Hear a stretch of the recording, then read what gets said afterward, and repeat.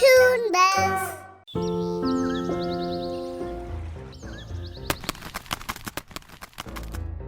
सरदार, आपको मालूम नहीं है लंबू सारस कितनी बड़ी चाल चल रहा है। क्या क्या कहना चाहते हो तुम? अरे सरदार, लंबू ने एक जगह ढूंढी है जहाँ बहुत सारी मछलियाँ हैं और वो उन्हें अकेले ही खा लेता है और हमें उसका पता भी नहीं बताया। ये तो हमारे साथ गद्दारी है ना? क्या सच में? अगर ऐसा है तो लंबू को सजा मिलेगी और उसे जंगल से बाहर भी निकाल दिया जाएगा। देखो तो इस बूंदू को, कब से मछली पकड़ने के लिए खड़ा है और एक भी मछली इसकी चोंच में नहीं आती है। अरे ये तो है ही बेवकूफ, इसीलिए तो कोई इसे अपने साथ नहीं रखता है। ये हम सबकी बेइज्जती करवा देगा सारे सारस समाज में। बस बहुत हुआ, मुझे तुम लोगों के साथ रहना ही नहीं है, मैं अकेले ही खुश रह लूंगा। लंबू सारस रोता हुआ वहां से भाग जाता है और सभी पक्षी उस पर हंसने लगते हैं। वो उड़कर एक पेड़ के नीचे जाकर बैठ जाता है और रोने लगता है। कैसे बुरे दोस्त हैं मेरे, जब देखो तब मेरा मजाक उड़ाते हैं। अब मैं इन सब से कभी बात नहीं करूंगा।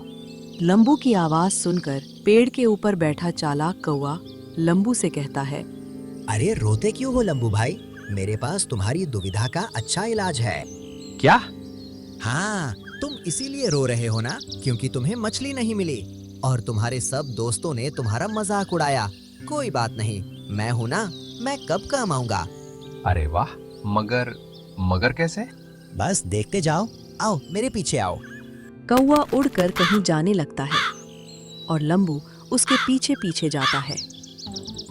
दोनों एक बड़े से गड्ढे के पास जाकर रुकते हैं। कौवा जल्दी जल्दी से उसमें पत्ते और लकड़ियां भर देता है। ये तुम क्या कर रहे हो?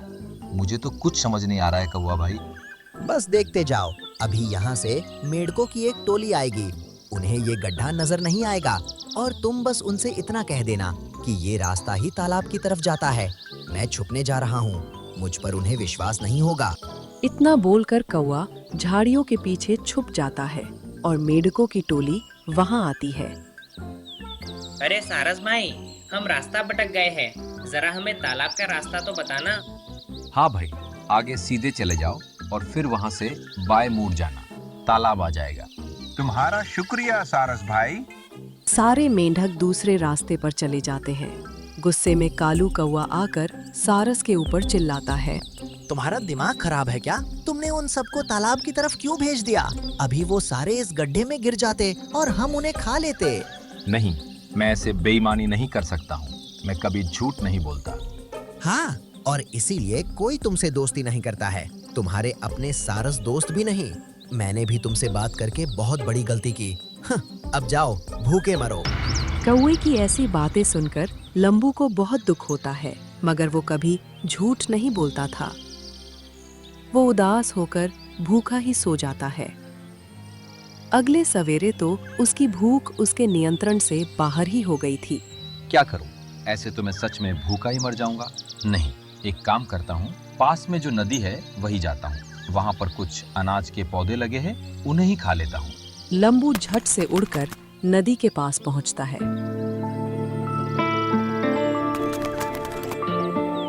वो देखता है कि बारिश कम होने के कारण नदी में पानी बहुत कम था। बेचारे नदी के जीव जंतु, इतनी कम बारिश हुई है कि नदी में पानी ही नहीं रह गया है। लंबू आसपास लगे थोड़े बहुत अनाज खा रहा था, तभी उसे किसी के रोने की आवाज सुनाई देती है।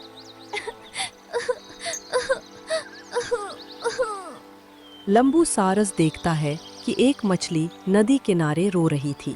अरे क्या हुआ तुम्हें? तुम ऐसे रो क्यों रही हो? मछली लंबू सारस को देखकर घबरा जाती है और वहां से भागने लगती है, मगर लंबू उससे कहता है, अरे डरो मत, मैं तुम्हें नहीं खाऊंगा। मुझे बताओ, तुम क्यों रो रही हो?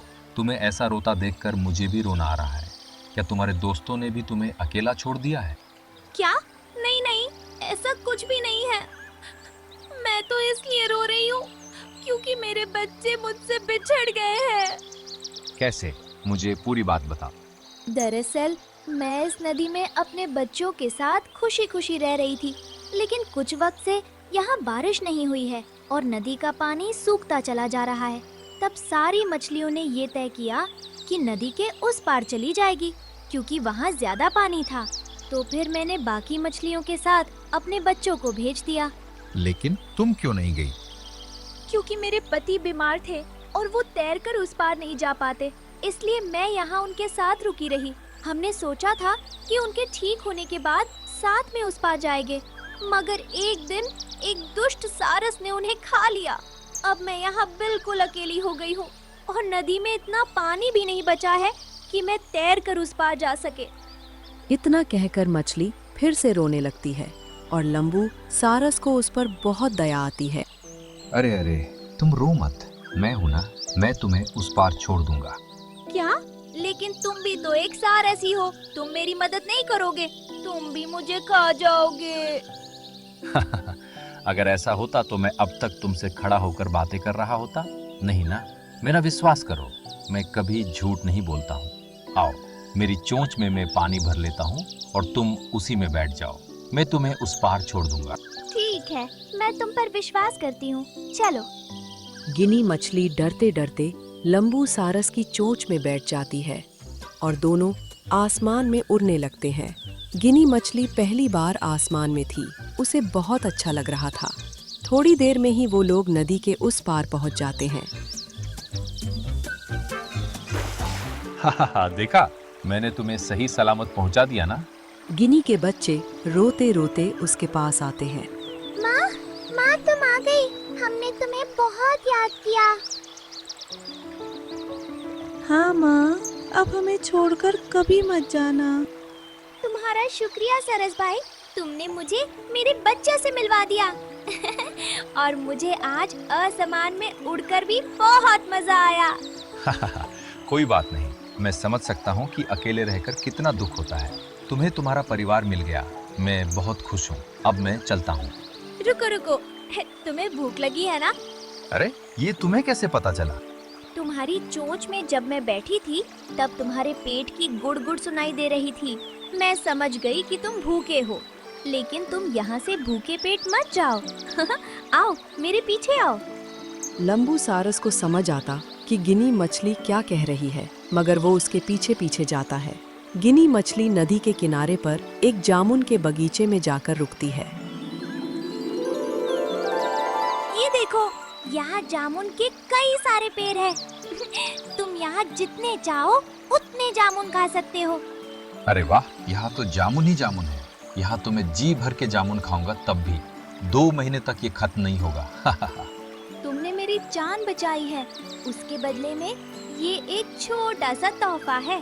तुम जब चाहो यहाँ उड़कर आ जाना और जामुन खा लेना। ये जगह किसी और पक्षी को पता नहीं है। वाह, तो क्या ये सारे जामुन मेरे हैं? बिल्कुल, सिर्फ तुम्हारे हैं। लंबू सारस अपनी नई दोस्त से मिले इस उपहार से बहुत खुश था।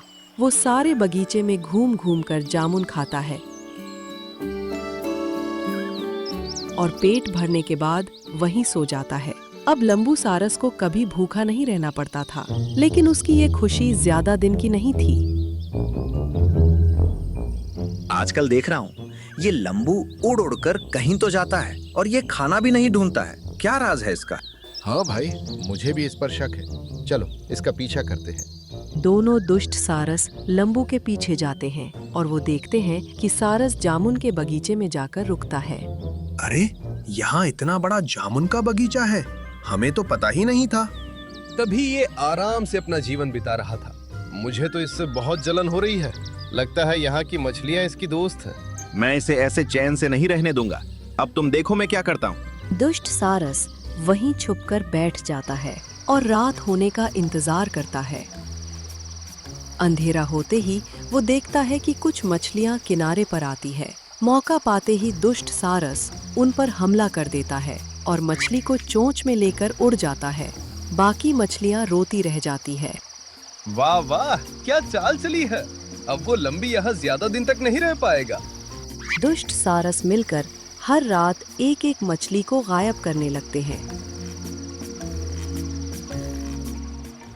और फिर खुद ही एक दिन अपने सरदार सारस के पास जाते हैं।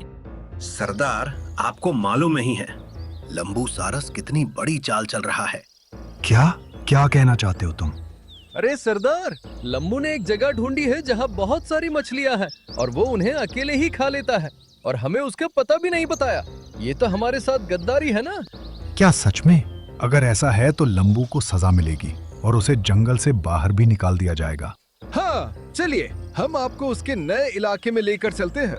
दोनों दुष्ट सारस बहुत खुश थे कि उन्होंने लंबू को फंसा दिया और वो अपने सरदार को लेकर उसी जगह जाते हैं जहां वो खुद मछलियों को खा रहे थे। अरे नहीं, वो देखो कितने सारे सारस आ रहे हैं, वो हमें खा जाएंगे। अब हम यहाँ भी सुरक्षित नहीं हैं।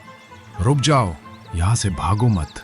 हम तुम्हें खाने नहीं आए हैं, हम बस एक गद्दार सारस को सजा देने आए हैं। क्या लंबू यही है? क्या लंबू सारस? हाँ, वो यही मिलेगा। लेकिन उसने क्या गद्दारी की? नहीं, उसने हमें धोखा दिया है और अकेले मछलियाँ खाई है, इसलिए हम उसे जंगल से निकाल फेंकेंगे। सरदार की बात सुनकर गिन्नी मछली चौंक जाती है और कहती है, क्या मछलियाँ? नहीं, लंबू ने कोई मछलियाँ नहीं खाई हैं। अरे वो तो हमारा दोस्त है और वो तो दिन भर बस जामुन खाता है। बल्कि आपकी ये दोस्त सारस, हाँ, इन्होंने हमारी कई मछलियों को खाया है। कई मछलियों ने इन्हें यहाँ आते देखा है। अपनी पोल खुलते देखकर दोनों दुष्ट सारस घबरा जाते हैं। नहीं, ये झूठ बोल रही है, ऐसा कुछ भी नहीं है। नहीं नहीं, ये झूठ बोल रहा है। मैंने खुद से देखा है, ये मेरे बच्चे को भी खाना चाहता था, मगर ये कामयाब नहीं हो पाया। इसी से हमारे कई साथियों को खाया है। नहीं नहीं सरदार, ये झूठ है। खामोश, लंबू कहाँ है? मुझे उसके पास ले चलो, जल्दी। हाँ, चलिए, मैं आपको उसके पास ले चलती हूँ। गिनी मछली सारस सरदार को उस जगह ले जाती है जहाँ जामुन के बगीचे थे और सचमुच लंबू सारस वहीं सोया पड़ा था। ये तो यहाँ आराम से सो रहा है। इसका मतलब तुम दोनों ने मुझसे झूठ बोला। तुम्हें लंबू सारस से जलन थी और तुम उससे बदला लेना चाहते थे। तुम दोनों ने हमें धोखा दिया है। अब तुम इस जंगल से दफा हो जाओ और कभी यहाँ दोबारा मत दिखना। दोनों दुष्ट सारस अब कहीं के नहीं रह गए थे। उन्हें शर्मिंदा होकर जंगल छोड़कर जाना पड़ा और लंबू सारस भी जामुन के बगीचे में खुशी खुशी वक्त बिताने लगा। अब उसे कोई भी नहीं सताता था। हे भगवान, अगर तूने मुझे सारस बनाया था तो मुझे भी और सारसों की तरह दो पंख क्यों नहीं दिए? मैं अपने साथियों के साथ उड़ नहीं पाता, ना ही वो मुझे अपने साथ रखना पसंद करते हैं। अपाहिज सारस और जादुई चिड़िया। एक जंगल में सभी पशु पक्षी बड़े प्यार से रहा करते थे। उस जंगल में एक बहुत खूबसूरत तालाब भी था, जिस पर सभी जानवर पानी पीने के लिए आया करते थे। सारसों का एक झुंड भी सुबह और शाम वहां आता था।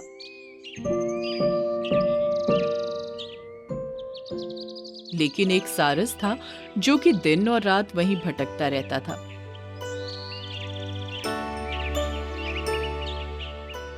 हे भगवान, अगर तूने मुझे सारस बनाया था तो मुझे भी और सारसों की तरह दो पंख क्यों नहीं दिए?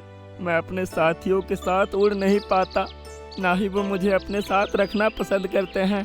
इससे अच्छा तो मुझे खरगोश ही बना देता, कम से कम तेज भाग तो सकता था। तभी एक हरा तोता वहां आता है। मिंकू सारस, मुझे तुम्हारी मदद की जरूरत है। ऐसी मुसीबत में सिर्फ आप ही मेरी मदद कर सकते हैं। आखिर बात क्या है? तुम कहाँ से आई हो? मैं पड़ोस के जंगल से आई हूँ। मैंने सुबह ही एक अंडा दिया था, लेकिन बदकिस्मती से मेरा अंडा घोंसले से लुढ़ककर एक ऐसे गड्ढे में गिर गया है जो कि बहुत बारीक और गहरा है। क्या तुमने उसको निकालने की कोशिश नहीं की? मैंने और जंगल के कई जानवरों ने कोशिश की, लेकिन वो गड्ढा बहुत ही बारीक है, उसमें किसी का हाथ नहीं जा पा रहा। लेकिन तुम अपनी चोंच की मदद से उसको निकाल सकते हो। मैं बहुत खुशी से तुम्हारे साथ चलने के लिए तैयार होता, लेकिन शायद तुमको पता नहीं कि मैं एक पंख से अपाहिज हूँ, उड़ नहीं सकता। तो फिर तुम्हारा कोई दोस्त तो होगा, कोई दूसरा सारस? हाँ, कई सारस हैं और उनके आने का टाइम भी होने वाला है। उसकी बात सुनकर तोता वहीं रुक गया। थोड़ी देर बाद जब सारसों का झुंड आया